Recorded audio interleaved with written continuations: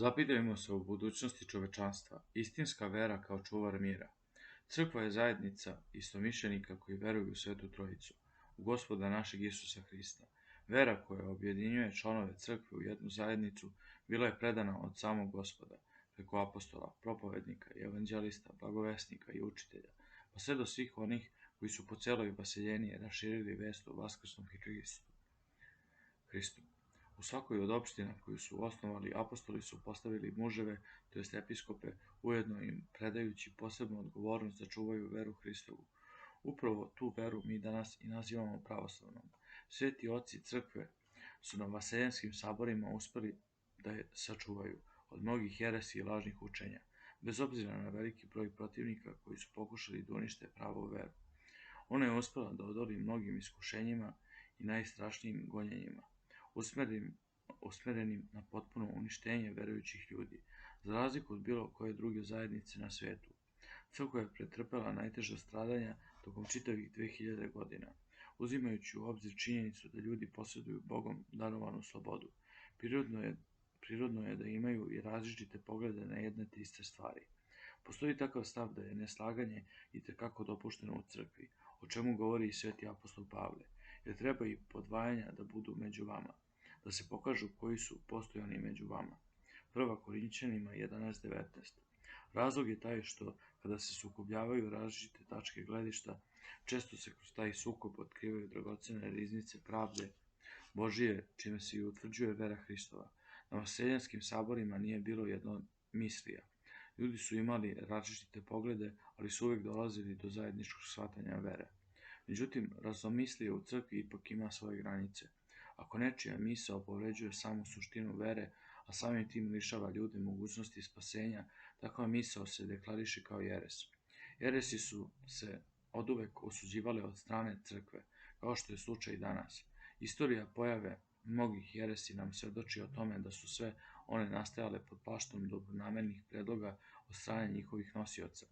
Rukovođeni idejom da veru treba učiniti razumljivijom, logičnijom, ubedljivijom i konkretnijom u pogledu Božje reči, oni su se udubljivali u svoje lične doživljaje vere, ignorišući njeno opšte crkveno i saborno shvatanje, što ih je i dovodilo do krajnje opasnih zaključaka za sam opstanak crkve.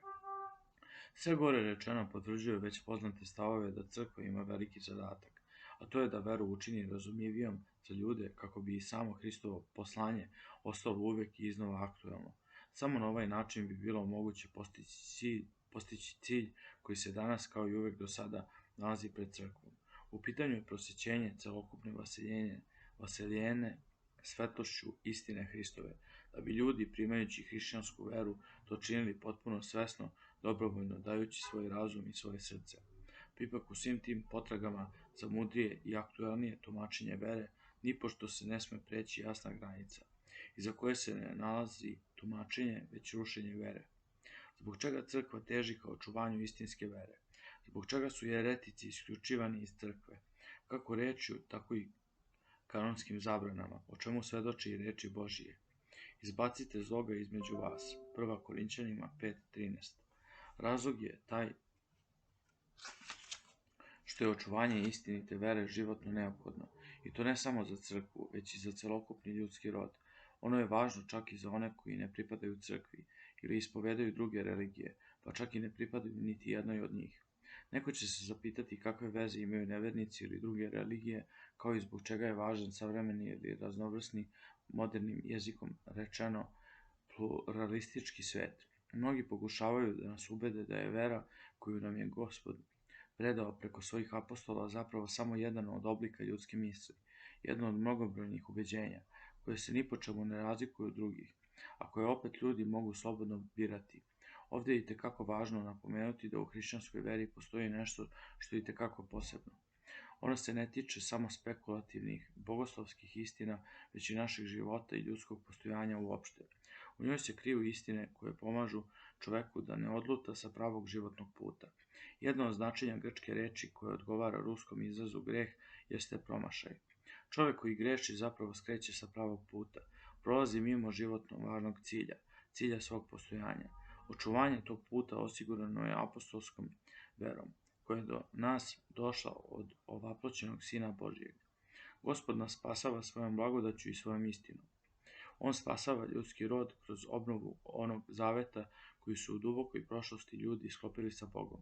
Gospod nas spasava, dajući nam jasnu predstavu o dobru i zlu. Sve dok crkva čuva istinsku veru kao važan segment ljudskog života, svedočeći o tome šta je to istina, a šta laž, šta je to greh, a šta svetost, zajedno sa crkvom će i celokupni ljudski rod sačuvati sposobnost i mogućnost da u uslovima raznomislija i mnoštva različitih pogleda i ubeđenja ipak sačuva određenu zajedničku nit ljudskog postojanja. Ako nekada ova opšta moralna osnova bude uništena, što se upravo događa danas, kada mnoge sile pokušavaju da je razore, kako bi svaki čovek, oslanjajući se na svoj razum i svoju slobodu, postupao onako kako želi, tada će nestati i celokupni ljudski rod. Svet ne bi mogao opstati jer ne bi postojali nikakvi sveopšti zakoni i pravila, a koje i naglasimo to još jednom, proističu iz čovekove moralne prirode. Ta priroda je darovana ljudima zato da bi mogli ne samo svojim srcem i osjećanjem, već i razumom spoznati šta je to Božja pravda, šta je dobro, a šta zlo. Sve ovo jesu razlozi zbog kojih je crkva tako uporno, a često i oštro čuvala i čuva istinsku veru. Ova najvažnija misija crkve, usmerena na spasenje celokupnog ljudskog roda i očuvanja moralnih osnova čovekovog života, nastavit će se sve do kraja sveta i veka. Iz eshatološke perspektive, kraj ljudske istorije će se dogoditi tada kada zlo pobedi dobro, kada se čovečanstvo u potpunosti odrekne moralnih osnova svog postojanja, kada glas crkve postane nečujan i kada ljudi postanu nesposobni da prime božanske istine. Zemaljska crkva se još naziva i crkvom koja ratuje ili crkvom koja vodi borbu. Naša borba nije borba protiv ljudskih stavova i ubeđenja sa telom i krvlju, Efesima 6.12, već je to borba usmerena protiv sila tame.